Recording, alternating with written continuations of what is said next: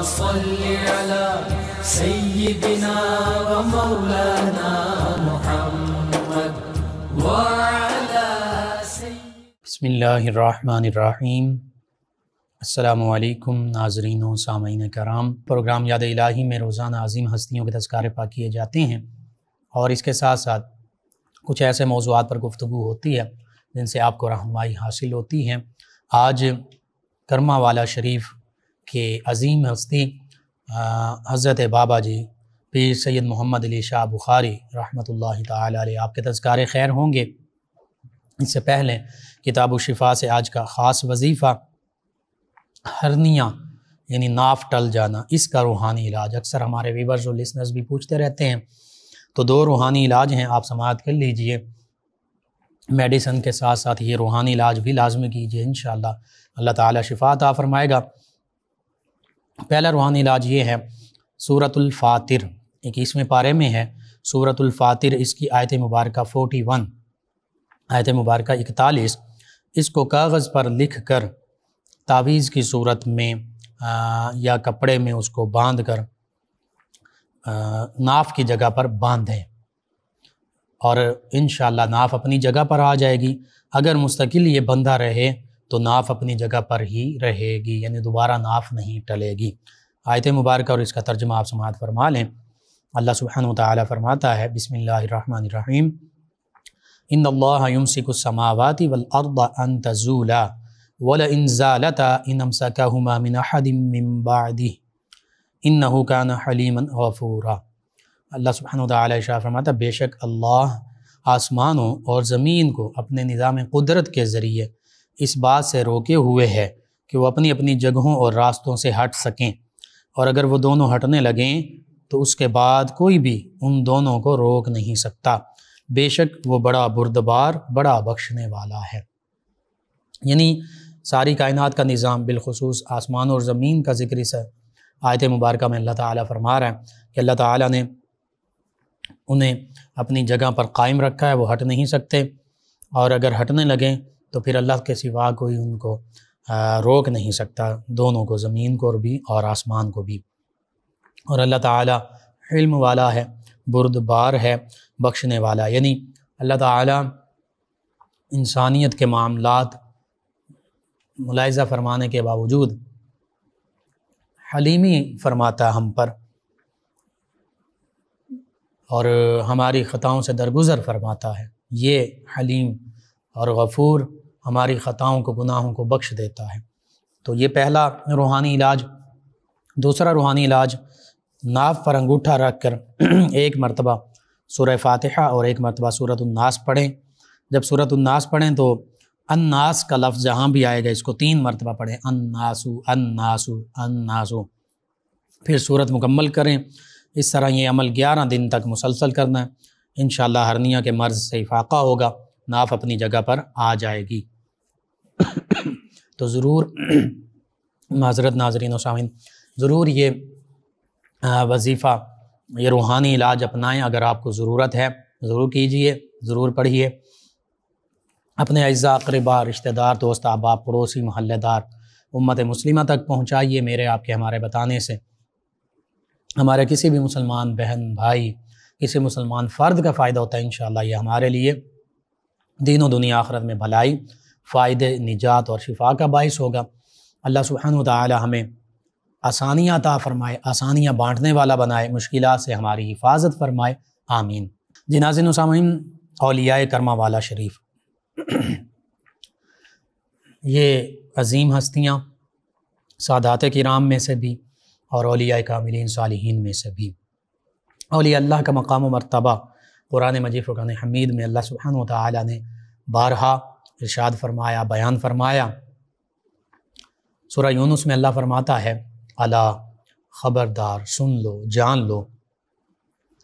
Alert ہو جاؤ، ان اولیاء اللہ، بے شک جو اولیاء اللہ ہیں، لا خوف علیہم، انہیں کسی قسم کا کوئی خوف نہیں ہے، ان پر کوئی خوف نہیں، انہیں کوئی ڈر نہیں، ولا هم یحزنون، اور نہ ہی یہ غمگین ہوں گے۔ اب اس آیت مبارکہ میں سب سے پہلے الرٹ کیا کہ متوجہ ہو جاؤ، غور کرو، سنو، خبردار۔ پھر اس کے بعد تحقیقاً فرمایا کہ اس میں کوئی شک نہیں، انا بے شک اولیاء اللہ، اللہ کے ولی کی جمع اولیاء، اللہ کے دوست، اللہ کے مقرب بندے، اللہ کے محبوب برگزیدہ چنیدہ پسندیدہ بندے اولیاء اللہ ہیں۔ اور فرمایا کہ ان پر کوئی خوف نہیں، لا خوف علیہم۔ آج فوبیاز، اکثر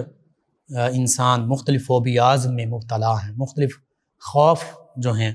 خوفوں میں مبتلا ہیں۔ کسی کو ہائیڈروفوبیا ہے، کسی کو کسی قسم کا فوبیا ہے، کوئی پانی سے ڈرتا ہے، کوئی رات سے ڈرتا ہے، کوئی مختلف قسم کی آوازوں سے ڈرتا ہے، کوئی مختلف قسم کی چیزوں سے ڈرتا ہے، کوئی مختلف قسم کی کیفیات اور احساسات سے ڈرتا ہے۔ حتیٰ کہ وہ لوگ جو اکثر اسلام کے دشمن ہیں وہ اسلام سے ڈرتے ہیں، اسلاموفوبیا ہے، لیکن اولیاء اللہ ایسے ہیں کہ انہیں کسی قسم کا کوئی خوف نہیں ہے، کسی قسم کا کوئی فوبیا نہیں ہے۔ اللہ اکبر۔ اور بعض اوقات ہم اپنے فیوچر سے ڈر رہے ہوتے ہیں کہ فیوچر کیسا ہوگا، ہمارا مستقبل کیا ہوگا، مستقبل کا خوف ہوتا ہے۔ تو ان ہستیوں کو کسی قسم کا کوئی خوف نہیں ہے، صرف اور صرف اللہ تعالیٰ کی خشیت اور تقوی ان ہستیوں کے دلوں میں جاگزی ہے۔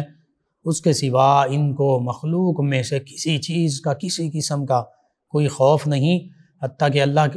پر کامل توکل اور بھروسے کی بنا پر انہیں کل روز محشر کا بھی اس لیے خوف نہیں کہ انہوں نے اپنا تعلق اللہ رب العزت کی ذات سے وابستہ کر دیا ہے، پختہ کر لیا ہے۔ پھر وَلَا هُمْ يَحْزَنُونَ، یہ غم زدہ بھی نہیں ہوتے، یہ غمگین بھی نہیں ہوتے اور نہ ہی یہ غمگین ہوں گے۔ عام طور پہ ہمیں ماضی کا غم ہوتا ہے، ہمیں کسی نہ کسی چیز کے کھو جانے کا غم ہوتا ہے، کوئی دنیا سے چلا گیا اس کا غم، کوئی چیز ہم سے چھن گئی اس کا غم، ماضی کا غم، کچھ نہ کرنے کا غم کہ میں یوں کرتا تو یوں ہو جاتا، یہ مجھ سے چیز چلی گئی، یہ چھن گیا مجھ سے،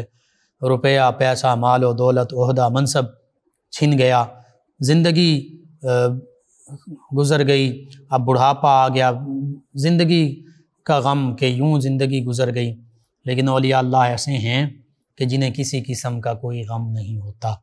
ہاں یہ ہے کہ اللہ فرماتا کہ ایسے بھی لوگ ہوں گے کل روز محشر انہیں اس چیز پر، اس گھڑی پر پچھتاوا ہوگا جو دنیا میں اللہ کے ذکر کے بغیر گزر گئی۔ تو پتہ چلا یہ اولیاء اللہ کا خوف ہونے کی وجہ سے ہر چیز کا خوف، باقی ہر چیز کا، مخلوق کا خوف ان کے دل سے نکل جاتا ہے، اور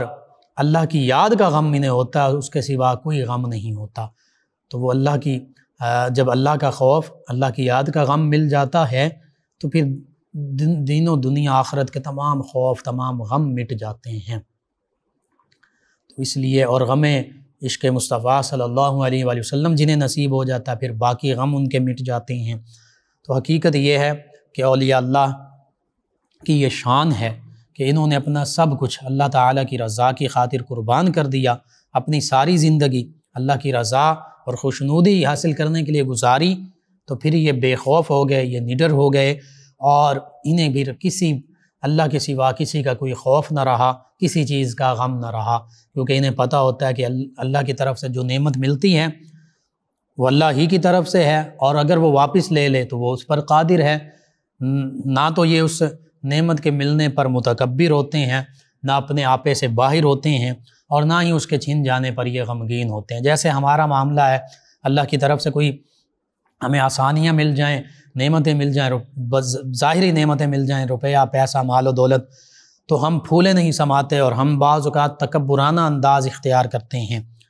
لیکن اولیاء اللہ کی شان یہ ہے کہ انہیں اللہ کی ہر نعمت میسر ہوتی ہے، لیکن کبھی یہ تکبر نہیں کرتے، بلکہ عاجزی اور انکساری کا پیکر بن جاتے ہیں۔ اور اگر وہ اللہ تعالیٰ نعمت اپنی واپس بھی لے لے تو پھر اس پر یہ غمگین نہیں ہوتے، ہر حال میں اللہ پر بھروسہ رکھتے ہیں، اللہ کی رضا پر راضی رہتے ہیں۔ اللہ تعالیٰ جس حال میں رکھے اس حال میں یہ ہستیاں راضی رہتی ہیں، راضی برضا رہتی ہیں۔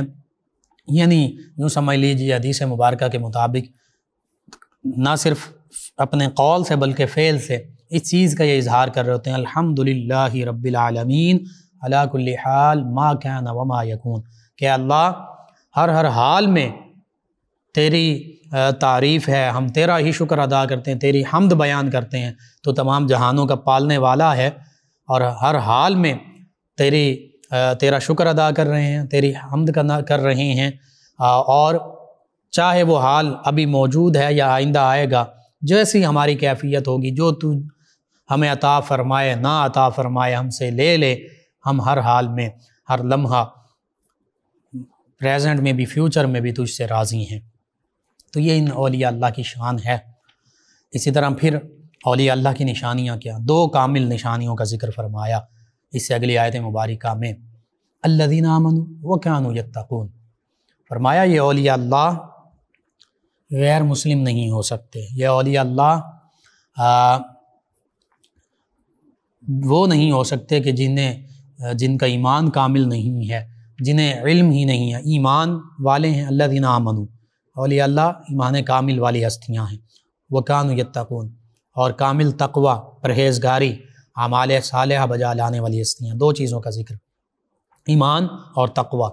یعنی علم اور عمل۔ ایمان کیسے حاصل ہوتا ہے؟ علم سے، علم کے بغیر ایمان نہیں ہے، یہ حقیقت ہے۔ اب ہم ایمان مفصل، ایمان مجمل یہ پڑھتے ہیں، اگرچہ اس میں ایمانیات کی بنیادی چیزوں کا ذکر ہے، اس کی تفصیل نہیں ہے۔ ہم کہتے ہیں کہ آمنت باللہ کما ہوا باسمائہ و صفاتہ، ہم اللہ پر ایمان لائے جیسا اس کی اسماء ہیں، جیسی اس کی صفات ہیں، ان پر ایمان لائے۔ اب اللہ کے اسماء مبارکہ کا علم ہو، پھر اللہ تعالیٰ کی صفات کا علم ہو کہ اللہ تعالیٰ کی صفات قدیم ہیں، حادث نہیں ہیں۔ اسی طرح اللہ تعالیٰ کی کون سی ایسی صفات ہیں جو صرف اللہ ہی کے لیے خاص ہیں، اور کون سی ایسی صفات ہیں جن میں اللہ تعالیٰ اپنی عطا سے دیگر لوگوں کو شامل کرتا ہے، اس حوالے سے کہ اللہ تعالیٰ ان صفات کا مظہر بناتا ہے۔ صفات کا مظہر بننے کے باوجود اللہ تعالیٰ کی برابری کوئی نہیں کر سکتا۔ اسی طرح اللہ تعالیٰ کی کون سی صفت جو ہے، صفت ربوبیت، اس کا اطلاق کیسے ہے۔ اسی طرح صفت رحمان، صفت رحیم، جتنی بھی اسماء مبارکہ، جتنی اللہ تعالیٰ کی صفات ہیں، ان کے بارے میں مکمل علم، یہ علماء کرام، یہ ایمان کا حصہ جو ہے یہ علم سے حاصل ہوتا ہے، یعنی ظاہری قرآن و سنت حدیث کا علم حاصل کرنے سے، اولیاء اللہ سے، جن میں علماء ربانی بدرجہ اولا شامل ہیں، یعنی جنہیں ظاہری علم بھی حاصل ہے اور علم لدنی باطنی علم بھی حاصل ہے۔ تو اس حوالے سے جو اولیاء اللہ ہوتے ہیں وہ چونکہ اللہ بھی کرنے والے ہوتے ہیں، وہ اللہ کی یاد میں بھی محو رہتے ہیں، بعض اوقات وہ اللہ تعالیٰ کے اسماء مبارکہ کو بھی مد نظر رکھتے ہیں اور ان کا بھی ورد کرتے ہیں، تو پھر اللہ تعالیٰ کی ذات بابرکات اور اللہ تعالیٰ کے اسماء مبارکہ، اللہ تعالیٰ کی صفات، ان میں وہ کھو بھی جاتے ہیں، مستغرق بھی ہوتے ہیں، ان میں ڈوبے ہوئے بھی ہوتے ہیں، محو بھی ہوتے ہیں، اور اس کے ساتھ ساتھ ان کا علم بھی انہیں حاصل ہوتا ہے، اور وہ علم ظاہری بھی ہوتا ہے، باطنی بھی ہوتا ہے، وہ مشاہداتی علم بھی ہوتا ہے۔ تو یہ علم جو ہے یہ ایمان کی بنیاد بنتا ہے، ایمان کامل کی بنیاد۔ تو اللہ فرما رہا کہ جو اولیاء اللہ ہوتے ہیں وہ ایمان کامل والی ہستیاں ہوتی ہیں، اور پھر وہ تقوی کا، وکانوا یتقون، عمر بھر وہ تقوی اور پرہیزگاری کا پیکر بنتے ہیں، یعنی پوری زندگی ان کی تقوی اور خشیت پر مشتمل ہوتی ہے۔ اب اس پر بڑی تفصیلی بات کی جا سکتی ہے، میں مختصراً جو ٹو دی پوائنٹ چیزیں ہیں وہ آسان سے آسان انداز میں کوشش کر رہا ہوں کہ میں بیان کر سکوں۔ علم کم از کم اولیاء اللہ کے لیے جو علماء فقہاء اولیاء نے شرط لکھی ہے کہ اولیاء اللہ کے لیے اللہ کے ولی کی پہچان اور شناخت اور ضروری چیزیں کیا ہیں، شرائط کیا ہیں، کم از کم 4 کا ذکر کیا۔ ایک، جو اللہ کا ولی ہے، ایمان اور تقوی یہ تو ضروری ہیں، ان کے علاوہ 4 چیزیں۔ اللہ کا ولی وہ ہے جو جس کا سلسلہ طریقت نبی کریم صلی اللہ علیہ وآلہ وسلم کے ساتھ متصل ہو، یعنی خود بخود پیر نہ بن بیٹھا ہو، خود بخود اپنے آپ کو پیر نہ کہلاتا ہو کہ جی میں تو پیر ہوں، جیسے جعلی عامل جعلی پیر، یہ خود ساختہ پیری کا مشیخت کا شیخ ہونے کا دعویٰ کرتے ہیں، تو یہ دعویٰ باطل ہے، جھوٹا ہے۔ ایسے لوگ کہ جن کا سلسلہ طریقت نبی کریم صلی اللہ علیہ وآلہ وسلم کے ساتھ متصل نہیں ہے، وہ پیری کا دعویٰ ہی نہیں کر سکتے، وہ جھوٹا دعویٰ ہے۔ یعنی شیخ وہ ہے شیخ کامل جس کے اپنے شیخ ہوں، جن کے دست پر ہاتھ پر بیعت کی ہو اور سلوک کی منازل طے کی ہوں، اور پھر مرشد گرامی نے خلافت دی ہو اور بیعت کرنے کی اجازت دی ہو۔ یہ ایک۔ اس سے بھی بڑھ کر اہل سنت و جماعت صحیح العقیدہ ہو، یعنی کسی بھی گمراہ عقیدے کا پیروی کرنے والا نہ ہو۔ اور حقیقت یہ ہے کہ آپ دیکھ لیجئے جتنے اولیاء اللہ ہیں سبھی کے سبھی اہل سنت و جماعت سے متصل ہیں۔ اور یہاں پر اہل سنت و جماعت سے مراد صرف یہ لفظ نہیں ہے، اس سے مراد اس کی حقیقت ہے، یعنی نبی کریم صلی اللہ علیہ وآلہ وسلم اور صحابہ کرام علیہم رضوان کی جو جماعت ہے ان کے طریقے پر کما حقہ چلنے والا ہو، آقا کریم صلی اللہ علیہ وآلہ وسلم کی سنت کی پیروی کرنے والا ہو، جس کو دیکھتے ہی پتہ چل جائے کہ اس کا ظاہری حلیہ، اس کے اخلاق، اس کا کردار، اس کا لباس، اس کا اٹھنا بیٹھنا چلنا پھرنا کھانا پینا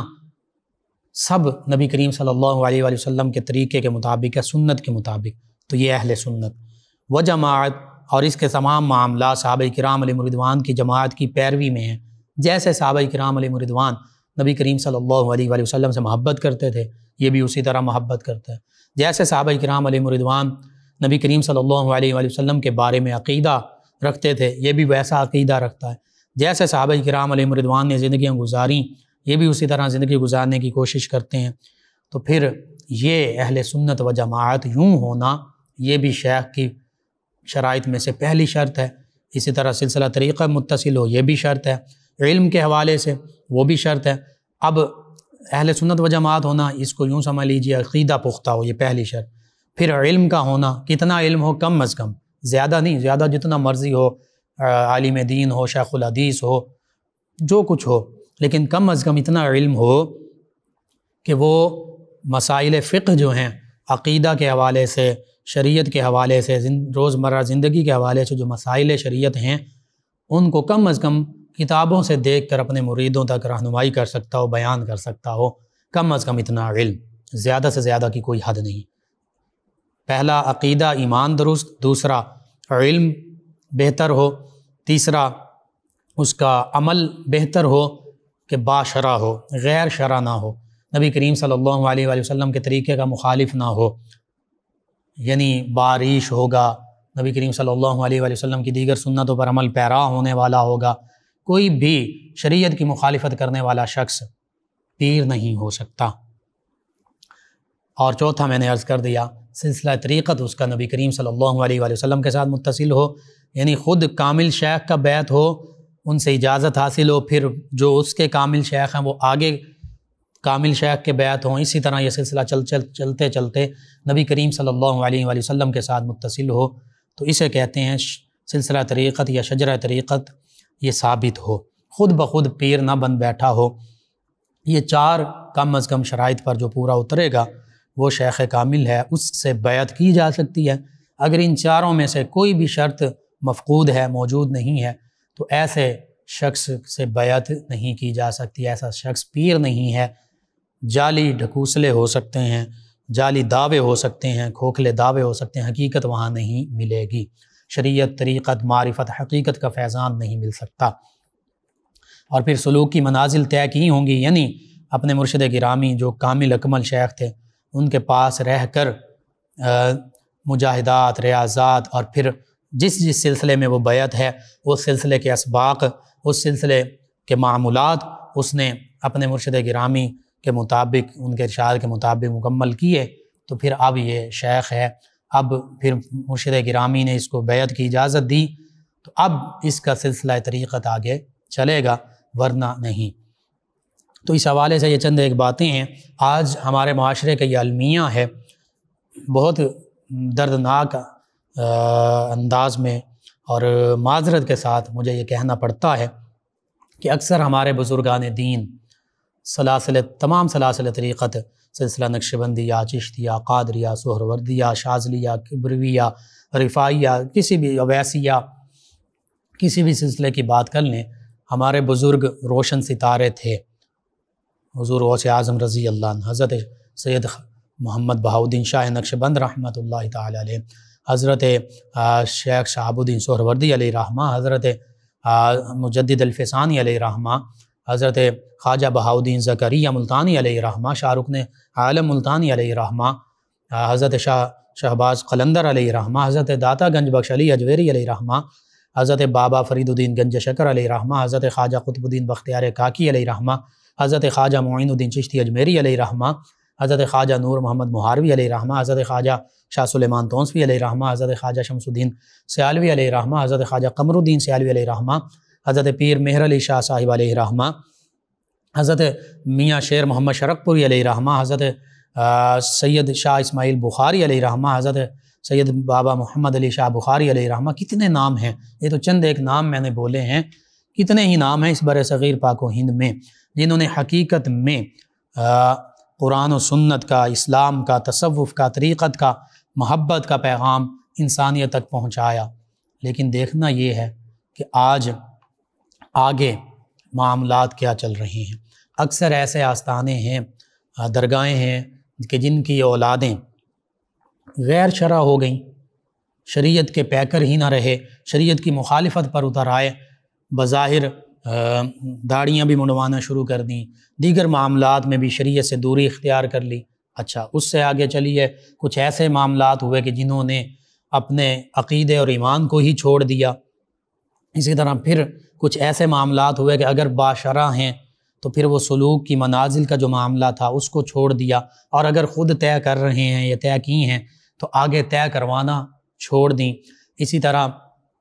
ایسے معاملات ہوئے کہ وہ جو روحانیت ان اولیاء اللہ کے، اگرچہ اولیاء اللہ کی بارگاہ میں جب ہم جاتے ہیں، ان کے مزارات پر حاضری دیتے ہیں، بالکل وہ فیوز و برکات حاصل ہوتے ہیں، لیکن بعض اوقات یہ ہمارا المیہ ہے کہ کچھ ایسے بھی لوگ ہیں جہاں پر بالکل برعکس معاملات چل رہے ہیں. وہ میلے ٹھیلے اور ڈھول کی تھاپ پر پتہ نہیں کیا کیا معاملات، غیر شرعی معاملات، یہ آج اسی کو عرس یا اسی کو سب کچھ سمجھ لیا گیا. حقیقت یہ نہیں. حقیقت یہ ہے کہ اگر آج بھی ان آستانوں سے قرآن و سنت کی صدا بلند ہو رہی ہے، آج بھی ان آستانوں سے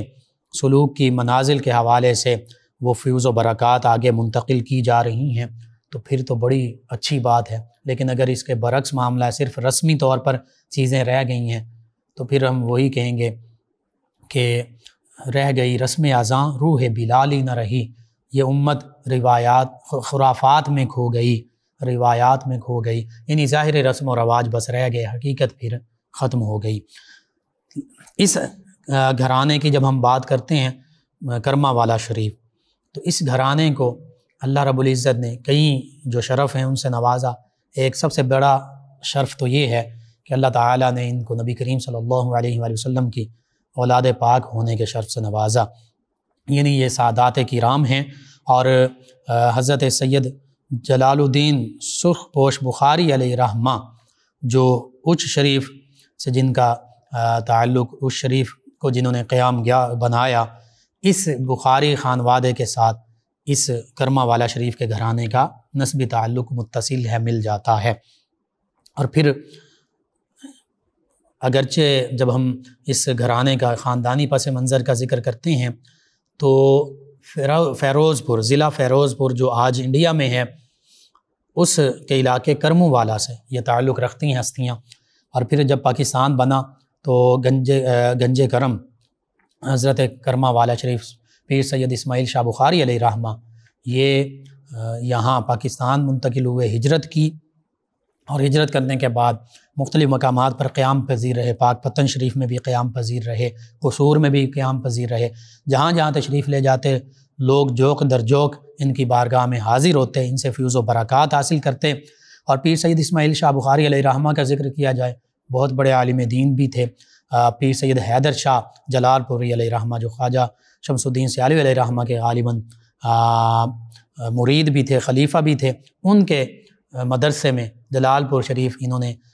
قرآن و سنت، حدیث، فقہ کے علوم حاصل کیے، اور اس کے علاوہ دیگر اساتذہ سے علوم حاصل کیے۔ سلسلہ چشتیہ میں بھی بیعت ہوئے۔ مرشد گرامی کے وصال کے بعد پھر روحانی طور پر ان کو اشارہ ہوا کہ شرق پور شریف آپ جائیں، وہاں حاضر ہوں، وہاں آپ کا حصہ موجود ہے، وہاں سے آپ کو فیوز و برکات حاصل ہوں گے۔ تو پھر یہ چل کر پیدل یہاں سے محلن وال جو دریائے راوی کے کنارے پر ایک گاؤں ہے، یہاں سے دریائے راوی عبور کرتے، حتیٰ کہ بعض کا ایسا بھی معاملہ ہوتا کہ دریائے راوی کو کشتی کے بغیر عبور کرنا پڑتا۔ اس کے بعد پھر آگے پیدل چل کر جاتے اور حضرت میاں شیر محمد شرق پوری رحمۃ اللہ تعالی علیہ ان کی بارگاہ میں حاضر ہوتے، اور پہلی مرتبہ ہی جب پہلی حاضری ہوئی تو حضرت میاں شیر محمد شرق پوری رحمۃ اللہ تعالی علیہ نے آپ کو بہت ہی محبتوں سے نوازا، اور آپ کے بارے میں یوں فرمایا کرتے تھے کہ ہمارے شاہ جی، میرے شاہ صاحب، ہمارے شاہ صاحب، ہمارے پیر جی، ہمارے شاہ صاحب، ہمارے شاہ جی۔ تو اس طرح میاں شیر محمد شرق پوری رحمۃ اللہ تعالی علیہ آپ نے یوں سمجھ لیجئے کہ بہت ہی زیادہ محبتوں سے، فیوز و برکات سے نوازا، اور پھر ان کو خلافت عطا فرمائی، اور کرما والا یہ لقب دیا۔ جب آپ سے پوچھا گیا کہ آپ کا علاقہ، تو انہوں نے کہا کہ ہمارا علاقہ جو کرموں والا ہے۔ اب ہمیں نہیں شاہ جی کرما والا، کرم والے ہیں، اور حقیقت یہ ہے کہ پھر اسی نام سے اس میں بامسمہ ہوئے۔ پھر انہی کے پیر سید اسماعیل شاہ بخاری بابا جی گنج کرم رحمۃ اللہ تعالی علیہ، آپ کے ایک صاحبزادے، پہلے صاحبزادے 2.5 سال کی عمر میں ان کا وصال ہوا۔ پھر اس کے بعد پیر سید محمد علی شاہ بخاری علیہ رحمہ کی ولادت باسعادت 3 مئی 1922 کو کرموں، موضع کرموں والا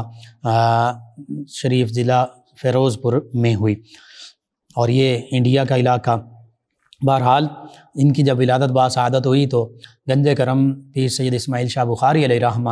نے بہت زیادہ خوشی کا اظہار کیا، اور ان کا نام نامی اس میں گرامی جو ہے یہ حضرت میاں شیر محمد شرق پوری علیہ رحمہ آپ نے تجویز فرمایا، آپ نے رکھا محمد علی، نبی رحمت صلی اللہ علیہ وآلہ وسلم اور سیدنا علی المرتضیٰ کرم اللہ وجہ الکریم کی نسبت سے۔ اور پھر اس عظیم گھرانے میں چونکہ آپ کی ولادت باسعادت ہوئی، وہ روحانی فیوز و برکات آپ کو حاصل ہوئے آپ کی والد گرامی سے بھی، اور آپ کے والد گرامی کے پیر بزرگوار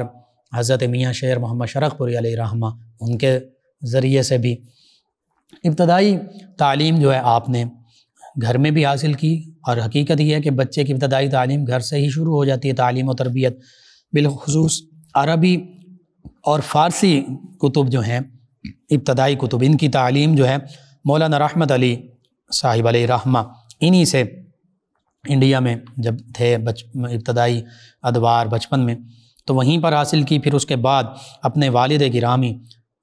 گنج کرم پیر سید محمد اسماعیل شاہ بخاری علیہ رحمہ ان کی سرپرستی میں ان سے پھر فقہ کی کتب پڑھیں، ان سے حدیث، تفسیر کے علوم اخذ کیے، چونکہ یہ بہت بڑے عالم دین بھی تھے۔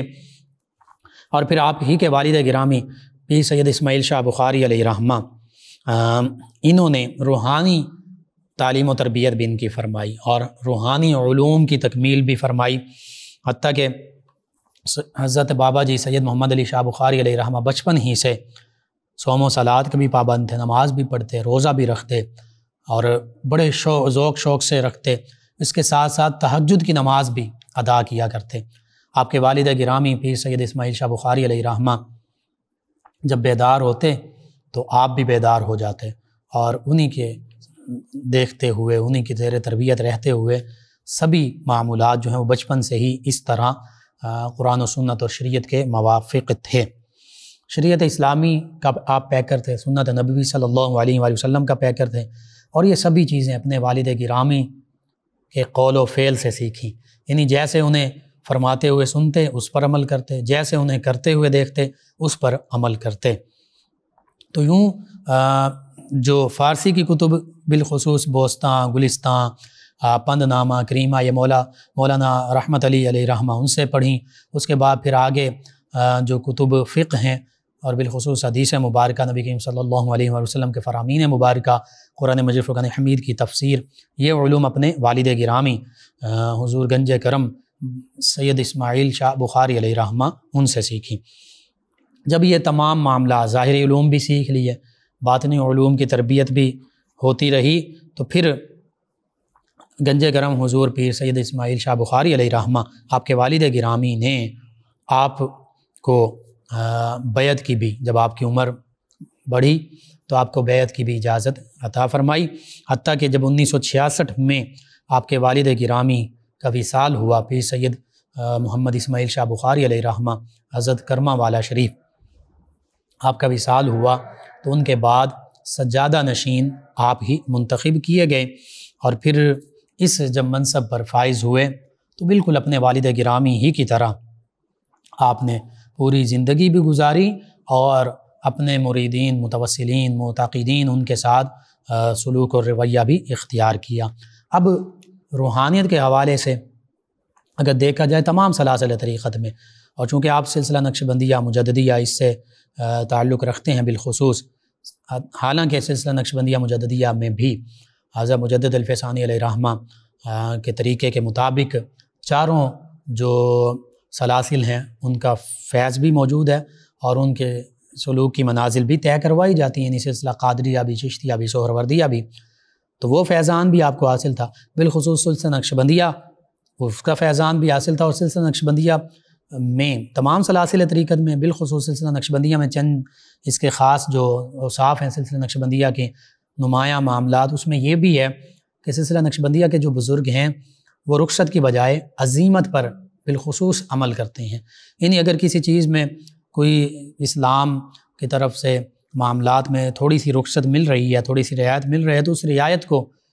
رعایت پر عمل نہیں کرتے، بلکہ جو عزیمت ہے، کہ جو عظیم لوگوں کا شیوا ہے، عزیمت، عزم و ہمت کے ساتھ ریاضت، مجاہدہ کرنا اور شریعت پر پختگی سے عمل کرنا، یہ ان بزرگوں کا شیوا رہا۔ آپ بھی اسی پر قائم تھے، یوں سمجھ لیجئے کہ فتویٰ کی بجائے تقویٰ کے پیروکار تھے۔ فتویٰ یہ ہے کہ جتنی اسلام آسانی عطا کرتا ہے کسی شرعی معاملے میں، وہ آسانی حاصل کی جا سکتی ہے، لیکن تقویٰ یہ ہے کہ ہمت کی جائے، اور ہمت کر کے زیادہ بہتر سے بہتر جو معاملہ اس کی طرف بڑھا جائے۔ حتیٰ کہ ان بزرگوں کے نزدیک میں نے پڑھا کہ یہ مستحبات کو بھی، جو پسندیدہ اعمال ہیں، مستحبات ہیں، ان کو بھی یہ اپنے نزدیک فرائض کا درجہ دیتے ہیں، یعنی ان کی بھی بہت زیادہ سختی سے پابندی کرتے ہیں۔ اسی طرح ان بزرگان کا یہ طریقہ کہ شریعت نبویہ صلی اللہ علیہ وآلہ وسلم، سنت نبی صلی اللہ علیہ وآلہ وسلم، اس پر یہ بہت زیادہ سختی سے عمل پیرا ہوتے ہیں۔ اس کی چند مثالیں جو میں نے پڑھی، میرے علم میں آئیں، وہ یہ کہ ان بزرگوں کا یہ طریقہ تھا کہ یہ بزرگ مکمل نبی کریم صلی اللہ علیہ وآلہ وسلم کی سنت مبارکہ کے مطابق سر پر ٹوپی بھی رکھتے اور اس کے اوپر پگڑی بھی باندھتے۔ اسی طرح ریش مبارکہ جو ہے، داڑھی جو ہے، اس کو مکمل سنت مبارکہ کے مطابق کم از کم 1 مٹھی، اور کوشش یہ ہوتی کہ اگر یہ گھنی ہے اور پھیلی ہوئی ہے تو اس کو جیسے سیدنا عمر فاروق اعظم رضی اللہ عنہ کی مبارک داڑھی تھی، اس طرح بھی برقرار رکھتے ہیں۔ خط یا اس کو اس طرح کٹوانا کہ سنت مبارکہ سے کم ہو جائے، یہ ان بزرگ یہ اس چیز کے بہت سخت خلاف تھے۔ اسی طرح لباس میں سنت نبویہ صلی اللہ علیہ وآلہ وسلم کے مطابق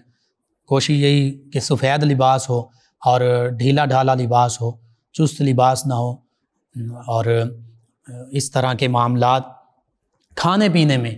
کوشش ہوتی کہ سنت مبارکہ کے مطابق کھایا پیا جائے، بیٹھنے کا، اٹھنے کا، بولنے کا، نشست و برخاست کا تمام انداز جو ہیں وہ سنت مبارکہ کے مطابق ہو۔ تو حضرت بابا جی پیر سید محمد علی شاہ بخاری علیہ رحمہ، آپ کا بھی یہی معاملہ تھا کہ قرآن و سنت کے مطابق، نبی کریم صلی اللہ علیہ وآلہ وسلم کے طریقے کے مطابق خود بھی زندگی گزارتے، اپنے مریدین کو بھی اسی طرح زندگی گزارنے کی تاکید کیا کرتے۔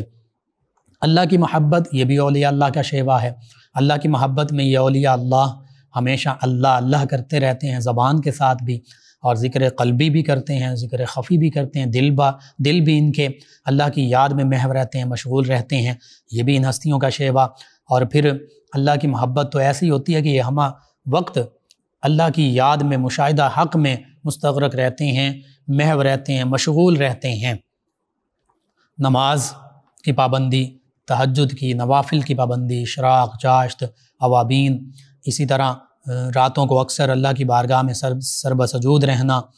اور پھر دن میں اکثر کوشش کرنی کہ نبی کریم صلی اللہ علیہ وآلہ وسلم کے طریقے کے مطابق نفلی روزے رکھنا۔ پھر جیسے میں نے عرض کیا، کھانے پینے کا انداز بالکل اسی طرح کوشش کرنا کہ سادہ کھانا ہو، نیچے بیٹھ کر فرش پر کھایا جائے، اور اس میں دیگر لوگوں کو، مہمانوں کو بھی ساتھ شامل کیا جائے۔ تو آپ کی طبیعت کا اگر ذکر کیا جائے تو ہنس مکھ تھے، بہت خوبصورت میٹھے انداز میں باتیں کیا کرتے تھے، سادگی، عاجزی ان کی ساری تواضع یہ آپ کی شخصیت میں موجود تھی، اور علم کا پیکر تھے، یعنی زیادہ سختی نہیں فرماتے تھے، زیادہ غصہ نہیں فرماتے تھے، لوگوں کے ساتھ بڑی محبت کے انداز میں پیش آتے، بڑی محبت کے ساتھ گفتگو فرماتے، خطاب فرماتے، بیان فرماتے، اور لوگوں کو ہاں شریعت کے معاملے میں سختی ہوتی تھی لیکن عام طور پر سختی نہیں فرماتے تھے۔ اور پھر جیسے میں نے عرض کیا، آپ کی زندگی شریعت مطہرہ کے مطابق تھی، تو حتیٰ کہ اپنی تشہیر بھی پسند نہیں کرتے تھے کہ لوگ آپ کے بارے میں لمبی چوڑی باتیں کریں، یا آپ خود بڑی نمود و نمائش کا اظہار کریں اور لوگوں میں اپنے آپ کی تشہیر کرتے پھریں، نہیں، بڑی سادگی، بڑی عاجزی، بڑی تواضع اور عام لوگوں جیسا انداز اختیار کیا کرتے تھے۔ اسپیشل پرسنالٹی بعض کا اور اسپیشل پروٹوکول حاصل کرنا چاہتے ہیں، آپ کا یہ معاملہ نہیں تھا۔ لباس کے حوالے سے امامہ استعمال کرتے تھے، پگڑی بالکل سر پر باندھتے تھے، نبی کریم صلی اللہ علیہ وآلہ وسلم کے سنت مبارکہ کے مطابق۔ لباس بھی سنت مبارکہ کے مطابق سفید ہوتا، ڈھیلا ڈھالا ہوتا، اور تہبند وغیرہ بھی استعمال کرتے۔ اسی طرح ریش مبارکہ جو ہے سنت نبوی صلی اللہ علیہ وآلہ وسلم کے مطابق بالکل پوری تھی۔ اور پھر دینی دنیاوی تمام امور میں، تمام معاملات میں نبی کریم صلی اللہ علیہ وآلہ وسلم کی اتباع، اطاعت اور پیروی کو ملحوظ خاطر رکھتے۔ آداب خانقاہ کا خیال رکھنے کا ہمیشہ حکم دیتے کہ خانقاہ میں، مسجد میں کوئی بھی ننگے سر نہ بیٹھا ہو۔ اسی طرح کوئی بھی غیر شرعی کام جو ہے مسجد میں، خانقاہ میں نہ کیا جائے، حتیٰ کہ پوری زندگی میں کوشش کی جائے کہ کسی قسم کا کوئی غیر شرعی کام نہ کیا جائے۔ 5 وقت کی نماز کی تلقین فرماتے، اسی طرح خود بھی نماز تہجد کے نوافل ادا کرتے، درود پاک کی کثرت کرتے، اور اپنے مریدین کو بھی یہی فرمایا کرتے کہ نماز پڑھا کرو، نماز کی پابندی کرو، درود پاک پڑھو، اللہ کی بارگاہ میں سر بسجود رہو۔ اور آپ اپنے مریدوں کو مرید نہیں کہتے تھے بلکہ فرماتے تھے بیلیو، یہ بڑا خوبصورت لفظ ہے، اے میرے دوستو، بیلیوں کا مطلب میرے دوستو۔ تو آپ کے مریدین آتے تو انہیں فرماتے بیلیو، یعنی دوستو، ان کو اپنا دوست فرما رہے ہیں۔ کیسی بات ہے، کیسا یہ انداز شیخ کا، پیر کا، کہ اپنے مریدین سے وہ کہیں کہ تم تو بھائی میرے دوست ہو۔ اسی طرح 1965 میں حج کی سعادت حاصل ہوئی، حج کے لیے آپ گئے، حج کے لیے مکہ المکرمہ حاضر ہوئے، پھر نبی رحمت صلی اللہ علیہ وآلہ وسلم کی بارگاہ اقدس میں حاضری کے لیے مدینہ طیبہ حاضر ہوئے، اور پھر آپ کے والد گرامی حضرت کرما والا شریف گنج کرم پیر سید اسماعیل شاہ بخاری علیہ رحمہ، ان کا جب وصال ہوا 28 فروری 1966 کو، تو ان کے منصب پر جلوہ گر ہوئے، اور پھر اسی طرح جیسے آپ کے والد گرامی لوگوں کے ساتھ محبت کا انداز اپناتے، شریعت کی پیروی کی تلقین فرماتے، یوں ہی پوری زندگی آپ نے اس عہدے کو، اس منصب کو نبھایا، اور پھر ان مسلمان حتیٰ کہ غیر مسلم جیسے آپ کے والد گرامی کے پاس آیا کرتے، آپ کے پاس بھی سبھی کو اسلام کا پیغام پہنچاتے، بڑے سادہ، بڑے پر اثر انداز میں آپ واضح نصیحت فرمایا کرتے۔ اور پھر آپ کی جو گفتگو ہوتی اس میں کن چیزوں کا ذکر ہوتا، اس کا خلاصہ میں بیان کر دیتا ہوں۔ اللہ تعالیٰ کی وحدانیت کا ذکر ہوتا، اللہ کی محبت کا ذکر، اللہ کے ذکر کا ذکر ہوتا، یعنی اللہ کا ذکر کیا جائے، خود بھی کرتے، اپنے متوسلین کو بھی یہ حکم دیتے کہ اللہ کو یاد کیا کرو، زیادہ سے زیادہ تمہاری زبانوں پر، تمہارے دلوں میں اللہ کی یاد ہو۔ اور پھر نماز کی تلقین فرمایا کرتے، قرآن کریم کی تلاوت کی، پھر نبی کریم صلی اللہ علیہ وسلم کے حوالے سے نبی کریم صلی اللہ علیہ وسلم کی محبت کا درس دیا کرتے، اسی طرح درود پاک کی کثرت کا کہا کرتے۔ یہ تو اللہ اور اس کے حبیب صلی اللہ علیہ وآلہ وسلم کے ساتھ تعلق اتنا قریبی اور اتنا پختہ محبت والا، مخلوق کے ساتھ کیسا معاملہ تھا؟ مخلوق لوگ آتے تو ان کے لیے لنگر کا انتظام، وسیع انتظام ہوتا، اور بعض اوقات خود اس لنگر میں شریک بھی ہوتے اور اس کے انتظام کی نگرانی بھی کرتے، اور لوگوں کے کھانے کا، ان کے دیگر معاملات کا جو وہاں حاضر ہوتے اس کا بہت زیادہ خیال رکھتے، اور اپنے جو خدام وہاں موجود ہوتے ان کو تلقین فرمایا کرتے۔ اسی طرح نبی کریم صلی اللہ علیہ وآلہ وسلم، صحابہ کرام علیہ رضوان، اہل بیت کرام علیہ رضوان، حتیٰ کہ دیگر اولیاء کاملین صالحین، ان کی محبت کا بھی درس دیا کرتے۔ یہ آپ کی زندگی کا، آپ کے واعظ و نصیحت کا ایک حصہ ہوا کرتا ہے، خاصہ ہوا کرتا۔ پاکستان میں بھی، پاکستان سے باہر بھی اسلام کا پیغام پہنچانے کے لیے، محبت کا پیغام پہنچانے کے لیے، اولیاء اللہ کا پیغام پہنچانے کے لیے تشریف لے جایا کرتے، اور یہاں پاکستان میں لاکھوں، باہر بھی ہزاروں لاکھوں لوگ آپ کے سلسلہ کرم کے ساتھ وابستہ رہے، وابستہ ہیں۔ اور پھر آپ نے 26 سے 27 مرتبہ حج کی سعادت حاصل کی، اللہ تعالیٰ نے اس شرف سے نوازا، اور پھر عمرے ہم سمجھ سکتے ہیں بے شمار عمروں کی سعادت حاصل کی ہوگی، اور نبی رحمت صلی اللہ علیہ وآلہ وسلم کی بارگاہ میں پھر اتنی مرتبہ حاضر ہوئے ہوں گے، بارہا حاضر ہوئے ہوں گے، اور اکثر حج یا عمرہ ادا کرنے کے بعد زیادہ وقت آپ مدینہ طیبہ میں نبی کریم صلی اللہ علیہ وآلہ وسلم کے روضہ اطہر پر ہی گزارا کرتے، وہیں حاضر رہا کرتے۔ وہاں پر نبی کریم صلی اللہ علیہ وآلہ وسلم کی محبت میں کیسا آپ کا انداز ہوتا ہوگا کہ اشک آنکھوں سے رواں ہوتے۔ اسی طرح درود پاک کی کثرت ہوتی، نبی کریم صلی اللہ علیہ وآلہ وسلم کی محبت معجزن ہوتی، اور اگر وہاں ساتھ دیگر کوئی دوست موجود ہوتے، خدام، مریدین حاضر ہوا کرتے، ان کو بھی نبی کریم صلی اللہ علیہ وآلہ وسلم کی محبت ہی کا درس دیا کرتے۔ اکثر آپ نبی رحمت صلی اللہ علیہ وآلہ وسلم کی بارگاہ اقدس میں، مسجد نبوی میں روضہ مبارکہ کے بالکل قریب دو زانوں ہو کر، باادب ہو کر بیٹھا کرتے، اور دوسروں کو بھی اسی طرح ادب کے ساتھ بیٹھنے کی تلقین کیا کرتے۔ کبھی آواز اونچی نہیں ہوئی، دوسروں کو بھی یہی فرماتے کہ اس بارگاہ میں اپنی آواز ہمیشہ پست رکھو، یہی اللہ کا بھی حکم ہے۔ بہرحال آپ بیمار ہوئے، اور آخری عمر میں غالباً آپ کی عمر مبارکہ جو ہے وہ 70 سال، اور اس دوران جب آپ بیمار ہوئے تو مختلف طریقوں سے علاج بھی ہوتا رہا، مختلف جگہوں پر بھی علاج ہوا، لیکن اللہ تعالیٰ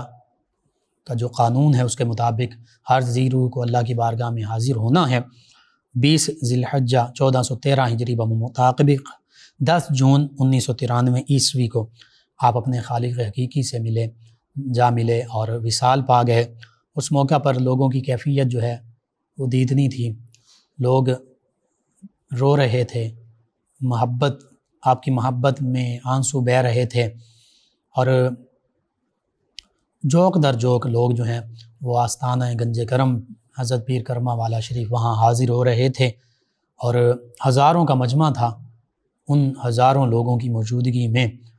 اوکاڑا میں دربار حضرت کرما والا شریف، وہاں پر آپ کی نماز جنازہ ادا کی گئی، اور لوگوں کا ایک ٹھاٹھے مارتا ہوا، حقیقت میں جسے کہہ سکتے ہیں کہ سمندر موجود تھا۔ اس دور میں آج سے تقریباً 30 برس پہلے ٹیلی ویژن، اخبارات، مختلف ریڈیو کے ذرائع جو ان پر آپ کے وصال کی خبر نشر کی گئی، تو لوگ نہ صرف پاکستان بلکہ بیرون ملک سے بھی آپ کے جنازے میں حاضر ہوئے۔ اور حقیقت یہ ہے کہ اولیاء اللہ وہ چاہے کسی بھی سلسلہ طریقت سے منسلک ہوں، اور بالخصوص سادات کرام، اور پھر ایسے اولیاء اللہ، ایسے سادات کرام جو سادگی، عاجزی، ان کی ساری محبت کا درس دینے والے، نبی کریم صلی اللہ علیہ وآلہ وسلم، صحابہ کرام، اہل بیت کرام علیہ رضوان کی محبت کا درس دینے والے ہوں، اللہ کی محبت کے جام پلانے والے ہوں، ان سے پھر لوگوں کی محبت کا یہی عالم ہوا کرتا ہے۔ بس اللہ سبحانہ و تعالیٰ سے یہ دعا ہے، اللہ تعالیٰ ہمیں تمام اولیاء اللہ کی محبت بھی عطا فرمائے، اور اس محبت کا جب ہم دم بھرتے ہیں تو اس محبت کے مطابق ہمیں ان اولیاء اللہ کے نقش قدم پر چلنے کی توفیق عطا فرمائے، ان کے تصدق سے اللہ تعالی عالم اسلام کو سربلندیاں عطا فرمائے، آمین۔ اللهم صل على سيدنا ومولانا محمد وعلى سيدنا۔ جی ناظرین و سامعین، ایک مرتبہ پھر آپ کی خدمت میں حاضر ہے آپ کا میزبان محمد لقمان رضا۔ ناظرین و سامعین، اس دوران ہمیں جوائن کیا ہمارے لسنر ہیں ظہور احمد صاحب، کہتے ہیں السلام علیکم، آپ کو اور آپ کی پوری ٹیم کو، بہت اچھا پروگرام ہے۔ یہ کہتے ہیں کہ زندگی جینے کو دل نہیں کر رہا، دنیا میں رہنے کو دل نہیں، کوئی وظیفہ بتا دیں کہ اللہ اللہ کرتے ہوئے سکون آ جائے۔ یہ آپ نے خود اپنے سوال میں اپنا جواب کا ذکر کر دیا۔ آپ حقیقت یہ ہے اللہ اللہ اللہ ہی کیا کریں، یعنی زبان کے ساتھ بھی پڑھ سکتے ہیں اللہ اللہ اللہ، دل میں بھی خیال کریں کہ میرا دل اللہ اللہ کر رہا ہے۔ سب سے بڑا وظیفہ یہی ہے، اس میں اعظم بھی یہی ہے، اللہ اللہ آپ کیا کریں، زبان سے بھی اللہ اللہ، یا اس طرح بھی کر سکتے ہیں اللہ اللہ اللہ، یہ پڑھتے رہیں، انشاءاللہ آپ دیکھیے آپ کو کیسے فیوز و برکات حاصل ہوتے ہیں، اللہ تعالیٰ کی رحمت، انوارات و تجلیات آپ کو ملیں گے۔ اور اس کے ساتھ باوضو رہیں، درود پاک بھی پڑھتے رہیں، کوئی سا بھی درود پاک پڑھتے رہیں، استغفار کرتے رہیں، استغفر اللہ ربی من کل ذنب واتوب الیہ۔ تو فی الحال یہ دو تین چیزیں کریں، ساتھ نماز کی پابندی کریں، انشاءاللہ اللہ تعالیٰ بہتری فرما دے گا۔ اللہ کو یاد کریں، اللہ تعالیٰ ہی تمام معاملات بہتر فرماتا ہے۔ ایک اور لسنر ہمارے کہتے ہیں السلام علیکم لقمان رضا بھائی۔ جی وعلیکم السلام، کہتے ہیں آپ کا پروگرام بہت اچھا ہے، میں روز سنتا ہوں۔ کہتے ہیں بھائی مجھے نعت بہت پڑتی ہے، کوئی وظیفہ؟ جی آج کا وظیفہ آپ کے لیے ہی ہے، سورہ فاتر آیت مبارکہ 41 لکھ کر ناف پر باندھ لیں، اور سورہ فاتح ایک مرتبہ پڑھیں، سورہ ناس ایک مرتبہ پڑھیں، لیکن جب الناس پڑھیں تو 3 مرتبہ ناس پڑھیں، اللہ تعالیٰ شفا عطا فرمائے گا۔ محمد بوٹا صاحب ہیں، دعاؤں سے نوازا، تمام دعائیں میرے لیے، آپ کے لیے، ہم سب کے لیے اللہ تعالیٰ قبول فرمائے۔ سلام کہا جی وعلیکم السلام۔ عثمان ظفر ہیں، کہتے ہیں انکل جی مجھ ناچیز کو آقا کریم صلی اللہ علیہ وآلہ وسلم کی زیارت پاک نصیب ہوئی، الحمدللہ۔ جی اللہ بہت اچھی بات ہے، اللہ تعالیٰ تمام مسلمانوں کو، میرے جیسے مجھ گناہ گار کو بھی سعادت عطا فرمایا، آپ میرے لیے بھی دعا فرما دیں، سبھی امت مسلمہ کے لیے بھی دعا کر دیں۔ ایک اور لسنر ہیں سونیا صاحبہ، کہتی ہیں کہ السلام علیکم، کیسے ہیں بھائی؟ جی وعلیکم السلام، الحمدللہ۔ انہوں نے کل کے وظیفے کا پوچھا کہ دوبارہ بتا دیں، زیارت رسول کریم صلی اللہ علیہ وآلہ وسلم کے لیے درود پاک کی کثرت، سورہ کوثر کی کثرت، سورۃ التکاثر کی کثرت، یہ کیجیے، اللہ تعالیٰ بہتری فرمائے گا۔ ایک اور لسنر انہوں نے کہا السلام علیکم جناب۔ جی وعلیکم السلام، کہتے ہیں آپ کی صحت کیسی ہے؟ الحمدللہ، کہتے ہیں امید کرتا ہوں آپ بالکل ٹھیک ہوں گے۔ کہتے ہیں کہ آپ کا نیک جذبہ، لوگوں کی رہنمائی کرنا، یہ قابل تعریف ہے۔ کہتے ہیں جناب دل سے دعا کرتا ہوں اللہ پاک آپ کو، آپ کی ٹیم کو اور سب ایمان والوں کو صحت اور تندرستی عطا فرمائے۔ کہتے ہیں آپ سے اپیل ہے کہ میری ہمشیرہ کا بلڈ لو ہوتا ہے، کوئی وظیفہ بتا دیں۔ جی لو بلڈ پریشر میں اگر حقیقت میں لو بلڈ پریشر ہے، پہلے چیک کر لیجئے، نمک استعمال کیا جا سکتا ہے، تھوڑا سا انڈا کھایا جا سکتا ہے۔ اسی طرح لو بلڈ پریشر کمزوری کی وجہ سے ہوتا ہے، کوئی کھانے پینے کی چیز وہ یوز کریں۔ اس کے ساتھ لو بلڈ پریشر کے لیے سب سے بڑا وظیفہ، وضو کر لیں، درود پاک پڑھیں، اور یہ دو درود پاک پڑھیں گے انشاءاللہ لو بلڈ پریشر ٹھیک ہو جائے گا۔ وضو کر لیں گے، ہائی ہو یا لو، وہ بلڈ پریشر ٹھیک ہو جائے گا۔ اور اس کے ساتھ ساتھ اگر تو ہمیشہ رہتا ہے چیک بھی کروائیے، دوا بھی سنت نبوی، دعا بھی سنت نبوی، یہ دو وظیفے جو وضو اور درود پاک، اس کو کیجیے۔ اور کہتے ہیں کہ بھائی جو ہے اس کے حوالے سے ہر وقت وہ کہتا ہے کہ شاید جادو ہو گیا یا وہم ہے۔ اس حوالے سے جادو کا سب سے بڑا علاج سورہ بقرہ گھر میں پڑھی جائے، سنی جائے، اور اس کے ساتھ سورہ فاتحہ، آیت الکرسی، چاروں قل صبح اور شام 3 مرتبہ پڑھے جائیں، والآخر 3 مرتبہ درود پاک پڑھا جائے، اپنے اوپر دم کیا جائے، ہاتھوں پر دم کر کے ہاتھ جسم پر پھیر لیے جائیں، پانی پر دم کر کے پانی پیتے رہیں۔ یہ جادو کا سب سے بڑا توڑ ہے، آپ بھی یہ کیجئے۔ اور وسوسوں کے حوالے سے استغفار کی کثرت بھی ہے، درود پاک بھی، اور بالخصوص یا حی یا قیوم برحمتک استغیث یہ پڑھا جائے۔ 208 چک ڈوگرا والا سے افتخار ڈوگر صاحب ہیں، غلام رسول، احمد حسین، غلام حسین، اس کے علاوہ علی عباس، آپ کا شکریہ، آپ ہمیں جوائن کرتے ہیں۔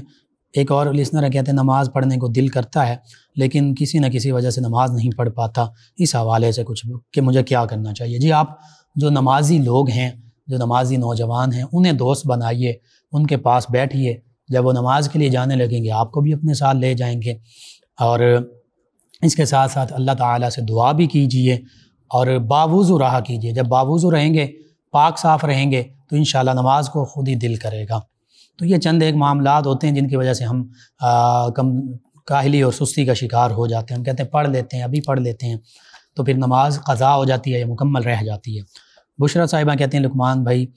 کیا حال ہے آپ کا؟ جی الحمدللہ، کہتے ہیں لقمان بھائی بہت اچھا پروگرام ہے، آپ کا شکریہ، تمام ویورز، تمام لسنرز کا شکریہ۔ ایک اور لسنر ہے مظفر گڑھ جتوئی سے، اسحاق صاحب، کہتے ہیں السلام علیکم، کہتے ہیں وعلیکم السلام، کہتے ہیں آپ کا پروگرام بہت اچھا، اللہ تعالیٰ آپ کو سلامت رکھے، آپ کے پروگرام کا انتظار رہتا ہے۔ چلیں جی، آپ کی محبتوں کا شکریہ۔ قمر زبان صاحب ہیں، کہتے ہیں میرا رنگ کالا ہے، لوگ مجھے اچھا نہیں سمجھتے، میں کیا کروں؟ میں ایک عرض کروں، ہم لوگوں کی باتوں پر رہتے ہیں، یہ جو ہم کہتے ہیں کہ لوگ کیا کہیں گے اور لوگوں کی باتوں کو بڑا اپنے سر پر سوار کر لیتے ہیں، اس کو سبھی کے لیے، آپ کے لیے بھی، میرے لیے بھی، تمام امت مسلمہ کے لیے، یہ لوگوں کی باتوں کو چھوڑ دیں، لوگ جو مرضی کہتے رہیں، آپ قرآن حدیث اسلام کے مطابق عمل کرنا شروع کیجئے۔ آپ میں اگر اللہ کی طرف سے کوئی ایسا معاملہ، یہ کوئی تحقیر کا معاملہ نہیں ہے، جو ایسا کرتے ہیں انہیں چاہیے وہ اس چیز سے باز آ جائیں۔ قرآن و حدیث کے مطابق کسی کو ہم نام نہیں ہمیں دینا چاہیے، اگر بحیثیت انسان غلطی کر بیٹھیں توبہ کریں، اپنے بھائی جس کی دل آزاری کی اس سے معافی مانگیں، اور آپ کے لیے یہی ہے، آپ ہمت نہ ہاریں، حوصلہ نہ ہاریں، آپ ان لوگوں کی باتوں پر کان نہ دھریں۔ یہ جو ہم کہتے ہیں نا لوگ کیا کہیں گے، اس جملے نے ہمیں تباہ کر دیا ہے، لوگوں کا خوف ہمارے دلوں میں بیٹھ گیا، لوگ کیا کہیں گے، لوگ ایسے کہتے ہیں، اور اللہ کا خوف ہم نے اپنے دلوں سے نکال دیا۔ تو اس لیے آپ لوگوں کی باتوں پہ کان ہی نہ دھریں۔ اللہ تعالیٰ نے جیسا رنگ دیا ہے، سیدنا بلال حبشی رضی اللہ عنہ، ان کا سیاہی مائل رنگ تھا، مکمل کالا نہیں لیکن سیاہی مائل تھا، یہ اس پہ تحقیق کی ہے علماء نے۔ عام طور پہ سیاہ کہہ دیا جاتا ہے کیونکہ حبش سے یا اس خاندان سے تعلق تھا، ٹھیک ہے کہہ سکتے ہیں، لیکن اگر سیاہ بھی تھا تو انہیں سیدنا ابوبکر، سیدنا عمر رضی اللہ عنہ سیدنا بلال کہہ کر پکارا کرتے تھے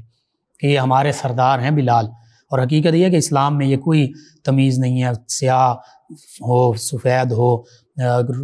گورا ہو، کالا ہو، عربی ہو، اجمی ہو، یہ تو غیر اسلامی چیزیں ہیں جو ہمارے اندر سرایت کر چکی ہیں۔ تو اس لیے آپ دل چھوٹا نہ کریں، آپ ان کی باتوں پر مسکرا دیا کریں، اللہ تعالیٰ آپ کو اجر دے گا۔